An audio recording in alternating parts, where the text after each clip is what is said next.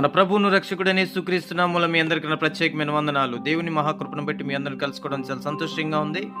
ఈ రాత్రికాల సమయంలో మరొకసారి దేవుడు మనతో ఉండి మనల్ని నడిపిస్తున్న విధానాన్ని బట్టి దేవునికి మహిమ, ఘనత, ప్రభావాలు చెల్లిస్తున్నాం. ప్రతిరోజు ఒక దైవికమైన వాక్యాన్ని మనం వింటున్నాం. ప్రతిరోజు దేవుని సన్నిధిని అనుభవిస్తున్నాం. దేవుని మన కుటుంబాలని దీవించి ఆశీర్వదించునుగాక. అపోస్తలుడైన పౌలు ఎఫెసీయులకు రాసిన పత్రిక 5వ అధ్యాయం 15వ వచనంలో ఇలా రాస్తున్నాడు. ఆ సంఘానికి హెచ్చరికగా పౌలు ఈ మాటలు రాయడం జరిగింది. ఎందుకో తెలుసా?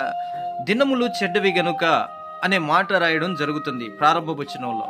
దినములు చెడ్డవి. ఈరోజు మనం గడుపుతున్న దినాలన్నీ కూడా చెడ్డ దినాలు. ఈ చెడ్డ దినాల్లో చెడ్డ సహవాసం కలిగిన మనుషులతో, చెడు సహవాసం కలిగిన వ్యక్తులతో, చెడు వ్యసనాలతో, చెడు భయంకరమైన లోక సంబంధమైన విషయాల్లో ఉన్న వ్యక్తులతో మనం ప్రయాణం చేస్తున్నాం. మన ఆధ్యాత్మిక జీవితానికి కావాల్సిన ప్రతి అవసరాన్ని ఈ మనుషుల మధ్యలోనే ఉండి మనం అనుభవిస్తున్న విధానాన్ని బట్టి తీర్చుకుంటున్నామేమో.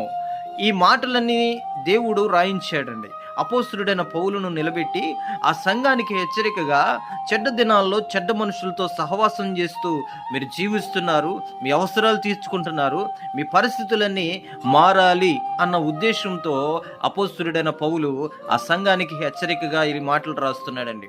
ఏమని రాస్తున్నాడంటే, దినములు చెడ్డ దినాల్లో ఉన్నారు.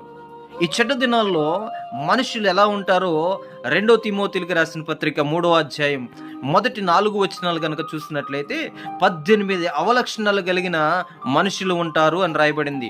ధనాపేక్ష గలవారు, బెంకములాడువారు, గర్వాంధులు, ఇలా చాలా రకాలైన ఈ మనుషుల స్వభావాలు అక్కడ రాయబడ్డాయి. అంటే 18 రకాలు. ఈ 18 రకాల అవలక్షణాలు కలిగిన మనుషులతో ప్రయాణం చేస్తున్న నీ యొక్క వ్యక్తిగత ప్రత్యేకించబడిన జీవితం ఎలా ఉంటుంది? వారితో పాటు కలిసి, వారిలో కలిసి, వారి జీవన విధానాన్ని బట్టి, నువ్వు వారితో జీవిస్తున్న విధానాన్ని బట్టి నువ్వు ప్రత్యేకించబడిన వాడిగా ఉండాలని పౌలు రాయించిన మాటలండి. దినములు చెడ్డ దినాల్లో ఉన్నాం. భయంకరమైన యుద్ధాలు జరుగుతున్నాయి, భయంకరమైన శోధనలు, భయంకరమైన రోగాలు, భయంకరమైన పరిస్థితుల్లో ఈ అపోస్తలుడైన పౌలు అక్కడున్న సంఘాన్ని చూసి ఆ రోజుల్లో రాయించిన మాటలు ఈ రోజుల్లో మనకు కూడా ఈ మాటలు ఉపయోగకరంగా ఉన్నాయి. ఎందుకో తెలుసా?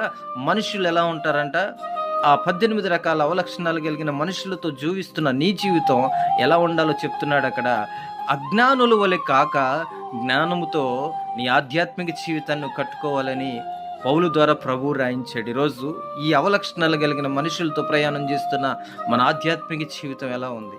మన భక్తి జీవితం ఎలా ఉంది? మన ప్రార్థన జీవితం ఎలా ఉంది? మన వ్యక్తిగత వికాసం కలిగిన జీవితం ఎలా ఉంది? దేవునితో సరైన సంబంధం కలిగిన వ్యక్తిగా నువ్వు ఉన్నావా? దేవుని